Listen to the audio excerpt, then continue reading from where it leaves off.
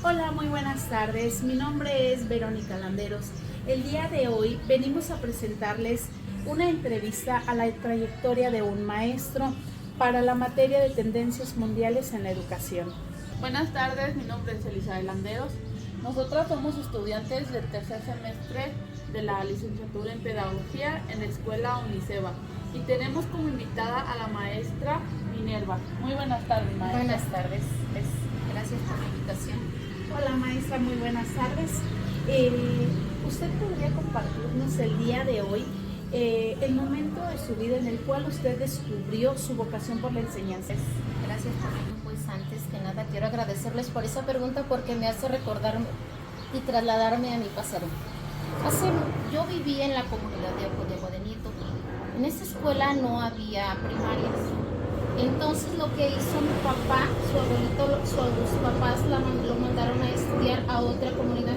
Él aprendió a leer y escribir en el primer año y lo regresaron otra vez a Acodiagua. Él ya tenía aproximadamente como 8 o 10 años. Entonces él trabajaba en el campo, él trabajaba con sus papás, pero a la edad como de 15, 16 años, él construyó la primera escuela en la comunidad de Acodiagua. Desde ahí su idea fue que yo iba a ser maestra. Entonces, de hecho, de mi familia, mis hermanas, mi mamá dicen que yo no soy maestra porque yo haya querido, sino porque mi papá así lo decretó para mí. No te puedo recordar esa parte de mi vida porque no la tengo registrada, pero yo sí sé que desde niña siempre quise ser maestra, siempre supe que esa era mi vocación y soy feliz con mi carrera, con mi profesión. Qué bonito maestra, qué bonito conocer esta parte de la historia de su vida. Queremos saber cuántos años de trayectoria tiene, cuántos años ha estado en este ámbito educativo. Bueno, pues yo tengo 26 años de maestra de primaria. El primer año lo trabajé en telesecundarias y a partir de ahí pues he tenido muchos logros en toda mi profesión porque siempre la he acompañado con la parte de prepararme académicamente. Yo salí egresada de la Centenario Benemérita Escuela Normal del Estado de Querétaro en el 99. Inmediatamente en ese mismo año ingresé a trabajar. Al siguiente ciclo escolar me cambié a primaria. A partir de ahí he trabajado mucho. A los 2 años estudié otra licenciatura en comunicación educativa que duró 5 años en el INSET en Morelia. Posteriormente me cambié aquí a la comunidad de Tarimoro y seguí trabajando de maestra de primaria y estudié luego Siempre tuve la ilusión de regresar a telesecundarias, me gustó mucho ese trabajo, por eso fue que estudié la segunda carrera. Sin embargo, cuando yo me gradué, cambiaron los lineamientos y ya no me pude regresar, entonces ya decidí quedarme en primaria, pues por decisión del sistema educativo. Entonces estudié otra carrera, una tercera licenciatura, que es licenciatura en español para nivel secundaria. Esa duró 6 años, la estudié también allá en Querétaro, todas en escuelas públicas. Y entonces cuando egresé en el 2019 fue cuando ya no se podía hacer el cambio porque se perdía la antigüedad. Entonces por circunstancias otra vez me quedé en primaria. He tenido muchos logros como les comenté anteriormente, como he acompañado mi profesión de la formación académica. Muchas veces tuve la oportunidad de que mis alumnos ganaran en lectura de auditorio. Es una satisfacción porque no nada más le daban a nivel zona y a nivel regional los reconocimientos al alumno ganador, sino también al maestro. Y posteriormente lo cambiaron a cuentacuentos. Ya no era lectura de auditorio, sino era cuentacuentos. Entonces la dinámica era la misma.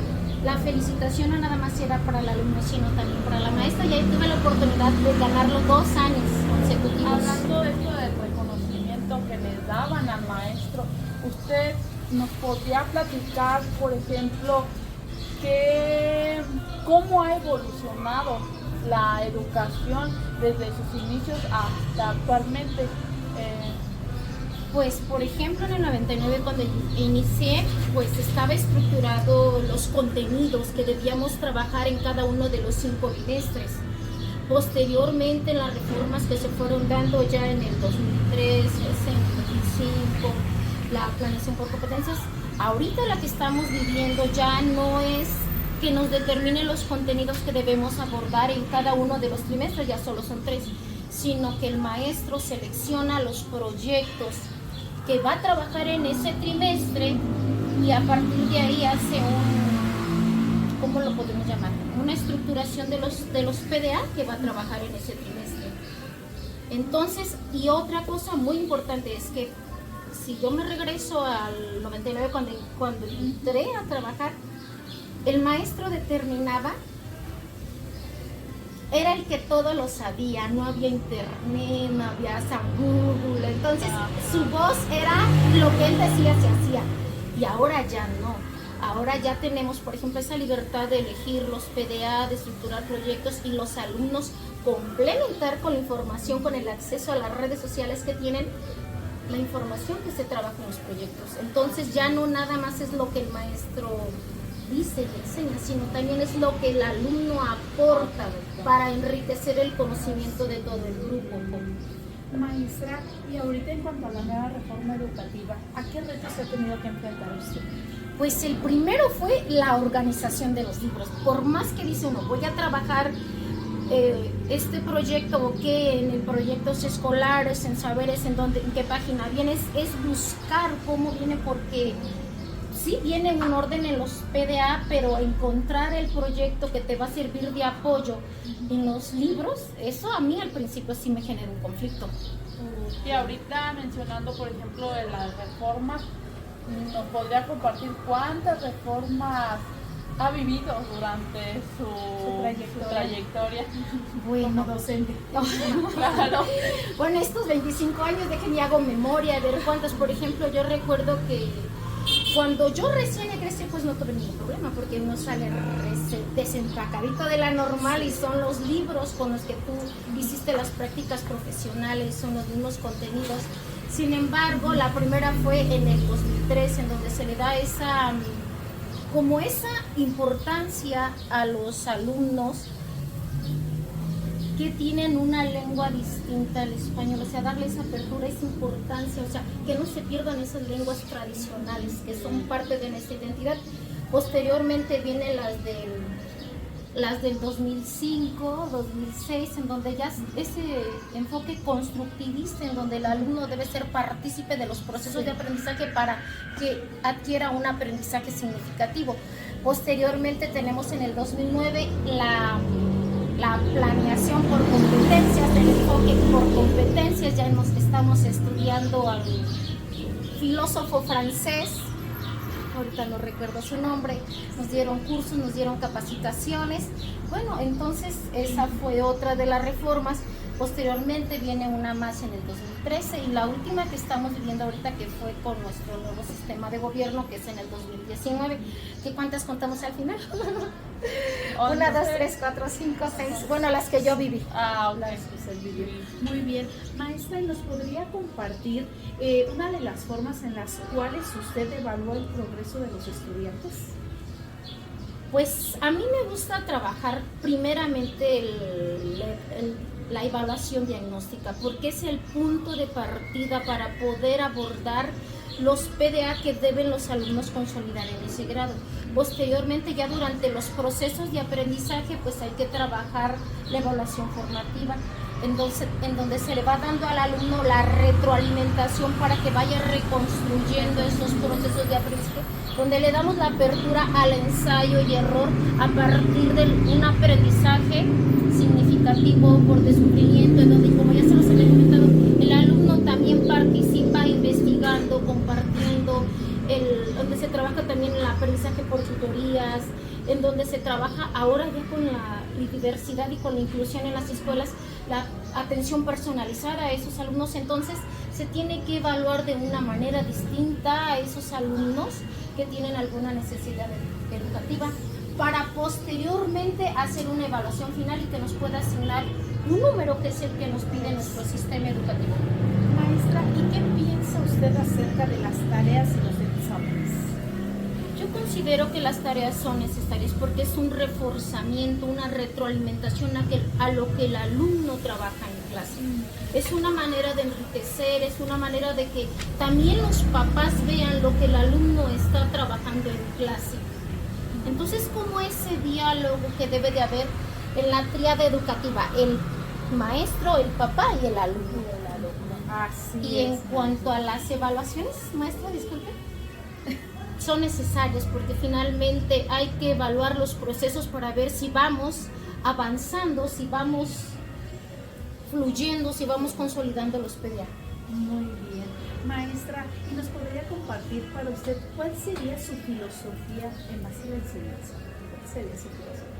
Mi filosofía, y yo se las quiero compartir, es que uno de maestro tiene la misión de siempre seguirse preparando, siempre seguir estudiando, siempre buscar esos canales, esos medios en los que uno adquiera las herramientas. Por ejemplo, yo les quiero compartir que ahorita tengo 3, 4 alumnos en mi grupo que tienen necesidades educativas. Uno tiene TDAH, otro tiene autismo.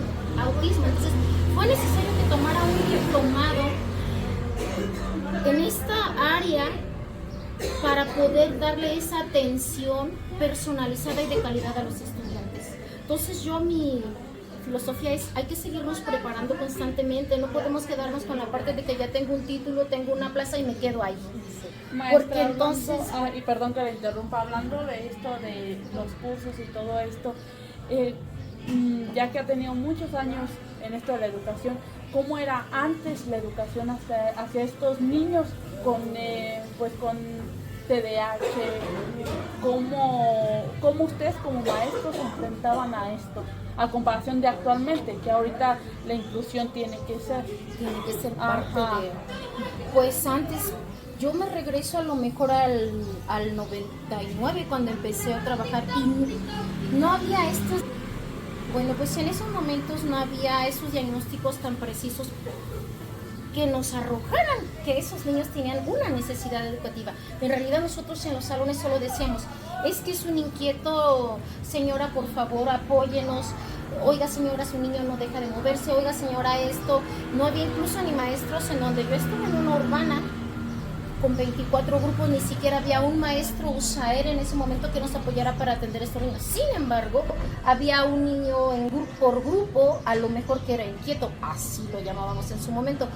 Ahora, en un grupo de 25 alumnos, tenemos 5 alumnos con estas necesidades educativas y gracias que ya existen esta atención en esta área del conocimiento para poder trabajar con estos niños de una manera más armoniosa en el salón de clases, incluirlos en las actividades, porque la verdad sí necesitan adecuaciones curriculares en los PDA para poder integrarlos en las actividades que ellos hacen.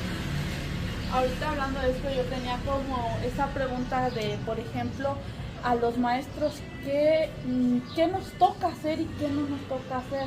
Yo considero que aquí lo primero que nos corresponde a nosotros como maestros es conocer la ley de convivencia, conocer las leyes que nos dan la pauta para saber qué podemos hacer, qué no podemos hacer, qué podemos decir, maestra, y qué no podemos decir. Porque muchas de las veces hay problemas, hay conflictos entre los maestros, los padres de familia, porque no le puedes decir a un papá, oiga señora, su niño no aprende, su niño está trastornado. O sea, tiene uno que utilizar las palabras sabias que manejan la ley para que no se sienta como una agresión al alumno. O sea, su niño tiene una necesidad educativa, vamos a trabajar de esta manera, necesito que me apoye así, punto. O sea, con palabras claves y precisas que no dé pie a malas interpretaciones para que luego el maestro se sienta acusado y señalado.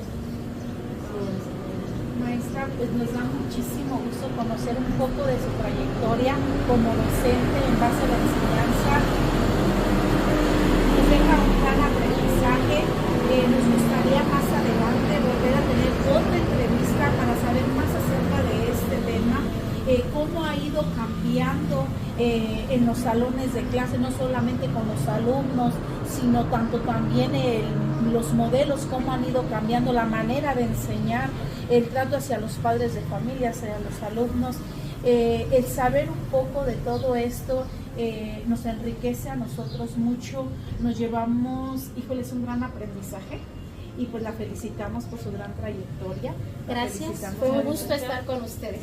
Gracias. Muchísimas gracias. Esto sería todo. Nos vemos hasta la próxima.